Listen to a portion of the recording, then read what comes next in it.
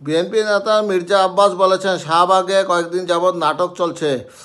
সেই নাটক মঞ্চস্থ করছে প্রফেসর মোহাম্মদ ইউনূস। শাহবাগে কয়েকদিন ধরে নাটক চলছে বলে মন্তব্য করেছেন বিএনপির স্থায়ী কমিটির সদস্য মির্জা আব্বাস। এছাড়া সভা সমাবেশ নিষিদ্ধ এলাকায় জাতীয় নাগরিক পার্টি এনসিপি কীভাবে আন্দোলন করে তা নিয়ে প্রশ্ন তোলেন এই বিএনপি নেতা। তিনি এনসিপিকে সরকারি দল বলেও অভিহিত করেন। আসুন আমরা দেখে নিই মির্জা আব্বাস কী বলেছেন।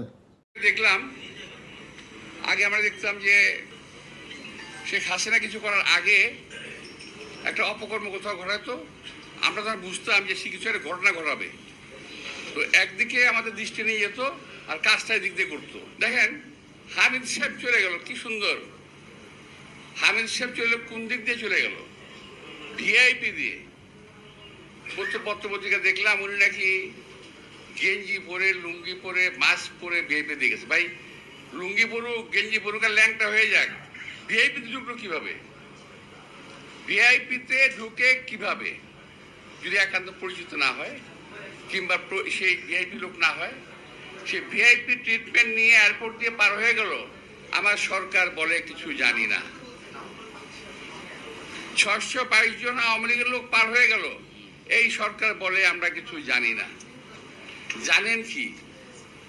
এই জানাটা খুব দরকার। আপনারা কি জানেন? এইটা আমাদের জানা দরকার। কি জানেন আপনারা? কিছুই জানেন না। তো এখন সেদিক থেকে নজর ফেরানোর জন্য আরো জানি কি ঘুরতেছে, আমার খুব সন্দেহ হচ্ছে আরো জানি কি কি ঘুরতেছে। নইলে শাহবাগের নাটক কেন হঠাৎ করে? যে শাহবাগ আপনারা বন্ধ করেছেন, যে শাহবাগের এই এলাকাতে, এই সমস্ত এলাকাতে মিছিল মিটিং করা যাবে না, সেখানে সরকারের পৃষ্ঠপোষকতায় সরকারের দল এনসিপির লোকেরা ওখানে মিছিল মিটিং করে কিভাবে? আর কোন দাবিতে মিছিল মিটিং করলো?